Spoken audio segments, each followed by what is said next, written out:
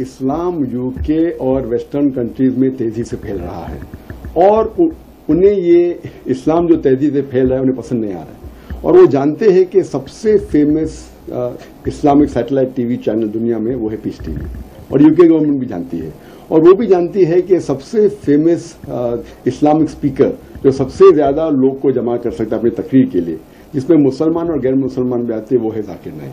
तो मेरे नजरिए से ये इस्लाम को फैलने से रोक रहे हैं। और दूसरा नजरिया मेरा ये है कि ये जो बैन जो किए, एक्सक्लूजन ऑर्डर जो पास की यूके गवर्नमेंट ने, मेरे नजरिए में ये एक पॉलिटिकल डिसीजन है, क्योंकि उनकी टीम जानती है कि जाकिर अल्हम्दुलिल्लाह आई एम स्टॉन्चली अगेंस्ट टेररिज्म। वो जानते हैं कि मैं टेररिज्म के खिलाफ हूँ, वायलेंस के खिलाफ हूँ, और वो जानते हैं। तो क्योंकि ये नई गवर्नमेंट है जो हमेशा प्रीवियस गवर्नमेंट के खिलाफ बात करती थी, क्या टेररिज्म को रोकना चाहिए, स्पीकर्स को रोकना चाहिए, उनने क्या की, मेरे कुछ स्पीच को आउट ऑफ कॉन्टेक्स्ट कोट की और ये साबित करने की कोशिश कर रही है कि मैं टेररिज्म फैलाना चाहता हूँ। तो they are making me a scapegoat. वो मुझे बलि का बकरा बना रहे हैं और बलि का बकरा बना के दो चीज करे, two birds with one stone. पहले ये साबित करे पॉलिटिकल वे कि हम टेररिज्म के खिलाफ है, at the same time they are preventing the spread of Islam. वो इस्लाम को फैलने से रोक रहे। तो मेरे नजरिए से एक पॉलिटिकल डिसीजन जो मीडिया में जो पेश किया गया है, जो हर पेपर में लिखा हुआ है, क्या टेरेसा में जो होम सेक्रेटरी कहती है कि जाकिर ने कहा कि every Muslim should be a terrorist, ये मेरे स्पीच का आउट ऑफ कॉन्टेक्स्ट है। लेकिन जो मुझे लेटर मिला 2 दिन पहले, परसों 16 जून को, उनने कहा कि हमारे आपके 4 पैराग्राफ्स, 4 स्पीचेस के पैराग्राफ पे हमें एतराज है और उनने इन कॉन्टेक्स्ट दिया और मैं पढ़ना चाहता हूं तो आप खुद कह सकते हैं मैं कैसा शख्स हूं।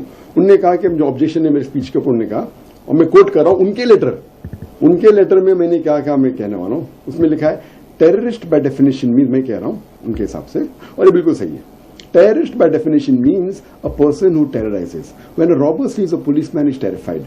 So for a robber, a policeman is a terrorist. So in this context, every Muslim should be a terrorist to the robber. Every Muslim should be a terrorist to each and every anti-social element. I am aware that terrorist more commonly is used for a person who terrorizes an innocent person. In this context, no Muslim should even terrorize a single innocent human being. अब ये साफ है, कोई भी आम इंसान अगर ये पूरे कॉन्टेक्स्ट में पढ़ेगा, वो कहेगा कि जाकिर भाई टेररिज्म की जो जनरली मासूम इंसानों के दिल में दहशत पैदा करता है उसके खिलाफ है। मैंने ये कहा कि टेररिस्ट मीन्स जो अगर एक चोर पुलिसमैन को देखता है उसके दिल में दहशत पैदा होती है, तो उस चोर के लिए पुलिसमैन टेररिस्ट है। तो इस कॉन्टेक्स्ट में हर मुसलमान जो गैर कानूनी काम करे उनके दिल में दहशत पैदा करना चाहिए। लेकिन मैंने ये भी साथ साथ कहा, आमतौर पे दहशतगर्द उसे कहते हैं जो इंसान जो एक मासूम इंसान के दिल में दहशत पैदा करता है। उस कॉन्टेक्स्ट में एक भी मुसलमान कोई भी बेगुनाह मासूम इंसान के दिल में दहशत नहीं पैदा करना चाहिए। अगर मैं उसके स्टेटमेंट को लेके कहूं क्या टेरेसा मैंने मुझे बैन किया है क्योंकि मैंने कहा that I am aware terrorist more commonly is used for a person who terrorizes an innocent person. In this context, no Muslim should even terrorize a single innocent human being. उसके मैं word को लूंगा, letter को कहूंगा उन्होंने मुझे ban किया क्योंकि मैं कह रहा हूं कि कोई भी मुसलमान टेररिस्ट नहीं बनना चाहिए। वो भी सही है, तो ये मेरा निचोड़ है। तो वो मेरे गलत स्टेटमेंट को लेके बैन कर रही है और कई गैर मुसलमान जो मेरे स्पीच को देखते हैं वो इस बात से बिल्कुल ना सहमत है। इसीलिए जब वेबसाइट पे आप जाएंगे, जो वेबसाइट में आर्टिकल है, कई वेबसाइट के इंटरनेट जो एडिशन न्यूज़पेपर का, उनके इसमें कमेंट्स पेज रहता है। आप कमेंट्स पेज पढ़िए और एक पेज का लंदन पोस्ट है, बाकी का पढ़िए आप। उसके अंदर आप देखेंगे 35 ईमेल मैंने पढ़ा कल, उसमें से 34 मुस्लिम एंड गैर मुसलमान वो इस बैन के खिलाफ है। एक गैर मुसलमान जो शायद मैंने नहीं देखा, उसने कहा कि if this is what he said it should be ban, और मैं उनके साथ हूं।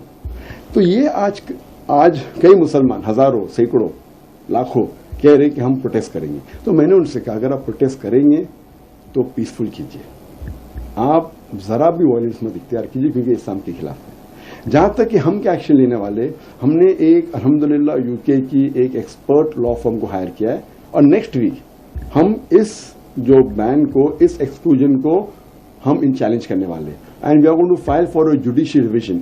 और हमें पूरा फेथ है यूके जुडिशियल सिस्टम में।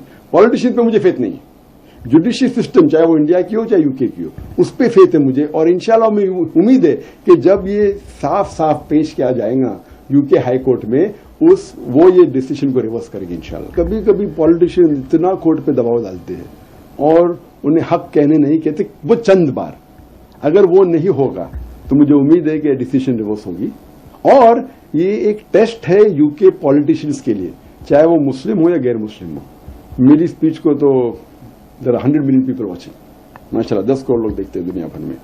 तो उनके लिए टेस्ट है, क्या वो हक का साथ देते या अपने पॉलिटिकल एजेंडा का साथ देते। और उसी तरीके से इंडियन पॉलिटिशियन से कहना चाहता हूं कि अगर एक इंडियन नागरिक जो दुनिया भर में फेमस है टेररिज्म के खिलाफ बात करने के लिए, उसके अगेंस्ट एक गलत इल्जाम लगा रही यूके गवर्नमेंट, तो ये एक टेस्ट है हिंदुस्तान पॉलिटिशियंस के लिए, चाहे वो मुस्लिम या गैर मुस्लिम हो। क्या वो पिटीशन फाइल करते क्या नहीं, क्या वो यूके गवर्नमेंट को कहते क्या नहीं। जो नागरिक जो 100 powerful most influential of Indians के लिस्ट के अंदर है, उनके खिलाफ वो पिटीशन फाइल करते क्या नहीं कि एक हिंदुस्तानी नागरिक है जो टेररिज्म के खिलाफ है, वायलेंस के खिलाफ है, आप उसके अगेंस्ट ऐसा इल्जाम कैसा लगा सकते। उन्हें पिटीशन फाइल करना चाहिए, क्या ये जो एक्सक्लूजन बैन को रिवर्स करना चाहिए।